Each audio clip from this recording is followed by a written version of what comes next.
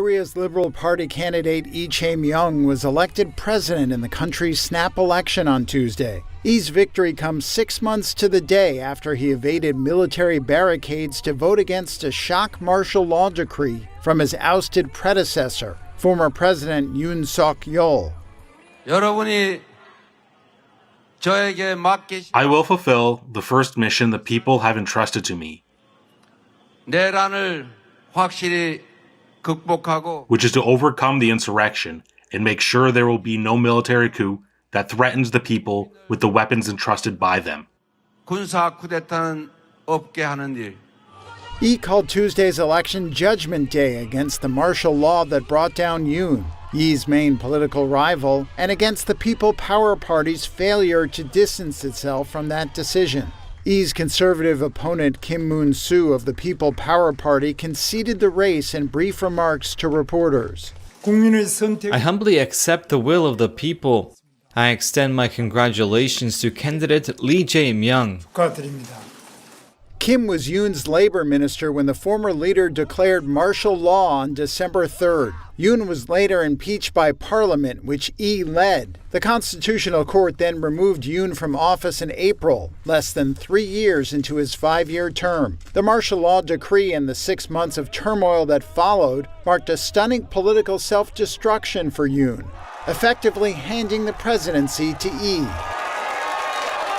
Nearly 80% of South Korea's more than 44 million eligible voters cast their ballots, the highest turnout for a presidential election in the country since 1997. Elon Musk has waded into the debate over Donald Trump's sweeping tax and spending bill, and it seems he's not on the president's side. Posting on X, Musk said he couldn't stand it anymore and had to speak up. He said, quote, "This massive, outrageous, pork-filled congressional spending bill is a disgusting abomination. Shame on those who voted for it. You know you did wrong." Musk said the bill would massively increase the U.S. budget deficit and leave citizens crushed by unsustainable public debts. The House of Representatives last month passed the so-called One Big Beautiful Bill by one vote. Now the Senate aims to pass it over the next month, though it's expected to revise the House version. The nonpartisan Congressional Budget Office has estimated the measure could add $3.8 trillion to federal debts, which already exceed $36 trillion. White House spokesperson Caroline Leavitt says Musk's opinions were no surprise. Look, the president already knows where Elon Musk stood on this bill. It doesn't change the president's opinion. This is one big, beautiful bill, and he's sticking to it. House Speaker Mike Johnson was also dismissive, saying, "My friend Elon is terribly wrong." But some Republican fiscal hawks have called for changes to the bill to limit debt increases. Musk's intervention also adds to signs that he is trying to distance himself from Trump. The billionaire had previously been close to the president, playing a key role in efforts to cut government spending. But he recently stepped down from his role in the so-called Department of Government Efficiency and announced he would refocus on his businesses. Investors have been concerned that his closeness to Trump was alienating customers at his car firm Tesla, where sales have slumped in some markets. Nigeria's defense chief has called for the country's borders with its foreign neighbors to be completely fenced. That suggestion was made by General Christopher Musa at a security conference in the capital Abuja on Tuesday, as a way of curbing the entrance of armed groups amid escalating insecurity. People say, no, it's impossible. Pakistan fenced 1,350-kilometer border with Afghanistan. That was the only time they had peace. Saudi Arabia and Iraq, 1,400 kilometers fenced completely. Can we start thinking of fencing our borders? We have 1,500 kilometers with Niger Republic, 1,900 kilometers with Cameroon. Chad is there. All over us, surrounded by Francophone countries, and the Sahel is heating up. This is the first time a top Nigerian official has publicly suggested such a measure. Nigeria's military has been stretched by widespread security issues. In particular, a 16-year insurgency in the northeast led by Boko Haram and its offshoot Islamic State West Africa province has killed thousands of Nigerians and displaced tens of thousands. Authorities often attribute the prolonged insurgency, including recent attacks on military stations, to foreign fighter infiltration. Nigeria's longest border is with Cameroon, a Boko Haram hotspot. Neighbouring Niger and Chad have also lost territory to armed groups. Musa warned that Nigeria's perceived wealth makes it a target. Because they believe Nigeria is huge, Nigeria is big, Nigeria is rich.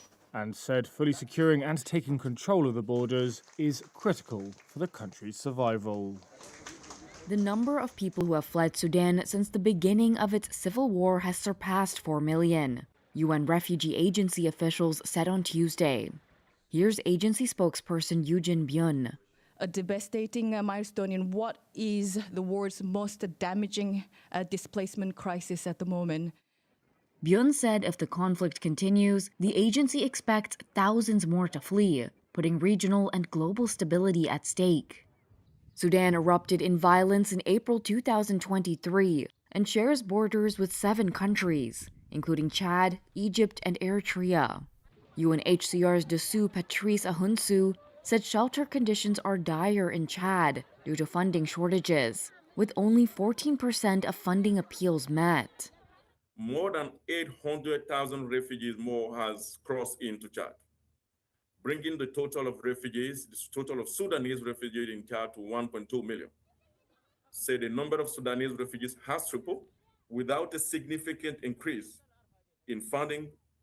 Life-saving assistance cannot be delivered at the scale and at the speed that is required. Ahunsu said many of those fleeing Sudan reported surviving terror and violence. Other refugees told stories of armed groups taking their horses and donkeys and forcing adults to draw their own family members by cart as they fled, said Ahunsu.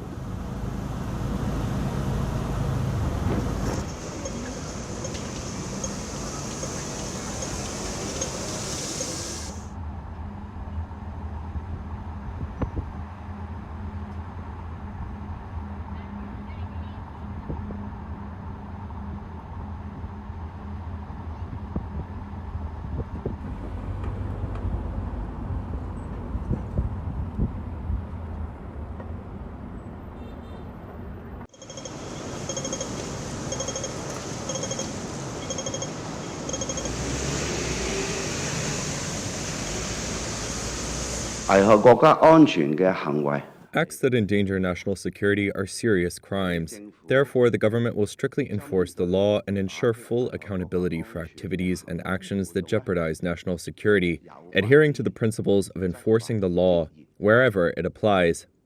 追究法律責任到底。